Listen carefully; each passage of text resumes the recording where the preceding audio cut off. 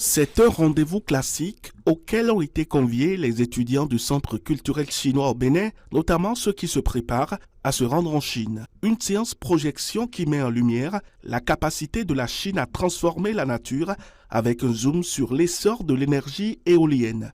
Un spectacle inédit qui rassure au dire de ces étudiants qui apprécient. Je suis vraiment ému après cette séance de par les différentes vidéos projetées.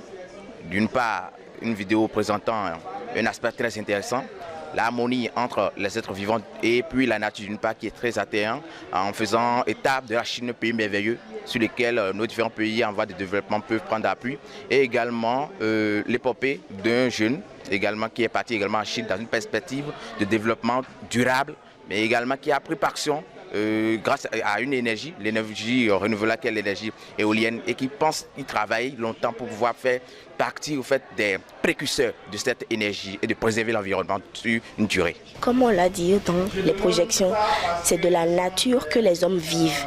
Les hommes puisent dans la nature pour vivre. Donc il faudrait qu'on la protège, il faudrait qu'on la nourrisse pour qu'elle nous nourrit en retour. Donc il ne faudrait pas qu'à chaque fois on puise dedans et la laisser comme ça. Ce n'est pas juste. C'est un jeune qui m'a vraiment impressionné. Avoir la passion pour l'énergie éolienne. Il a vraiment pensé que la nature, le monde a besoin d'un truc comme ça, d'une telle technique comme ça pour aider tout le monde à en bénéficier.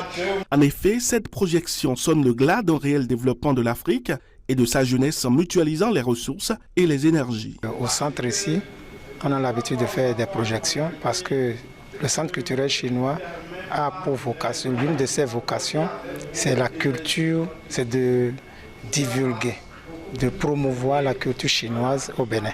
Parce que la culture chinoise va avec la langue. Donc lorsque vous étudiez une langue, vous devez aussi vous imprégner de la culture. C'est ça qui fait que de temps en temps, on fait des projections ici sur l'art culinaire, les arts martiaux, etc., pour permettre aux gens de comprendre comment est-ce que les Chinois évoluent, fonctionnent en termes de culture. Mais ce soir, nous avons eu comme thématique la cohésion de l'harmonie entre les êtres humains et la nature.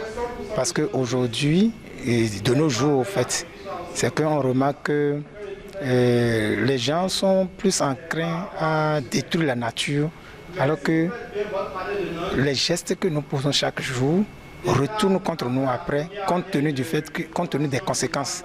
Pour le directeur du Centre culturel chinois, la protection de la nature est un devoir qui a pris corps en Chine à travers des engagements réels de l'exécutif.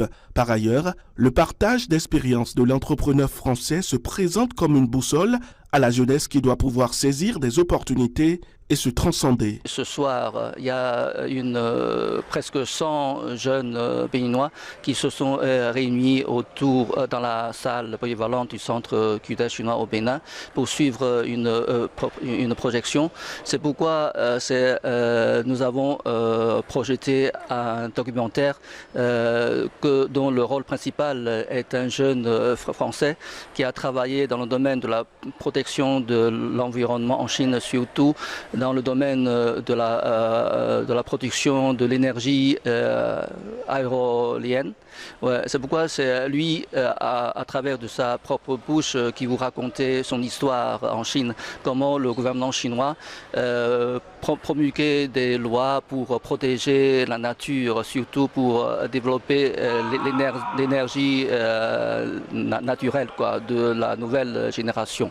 Ces projections que propose le Centre culturel chinois participent à la vulgarisation de la culture chinoise au Bénin. Plusieurs jeunes inscrits à l'Institut Confucius de l'Université d'Abomey-Calavi pour l'apprentissage de la langue y prennent part avec pour ambition de visiter ou d'étudier en Chine.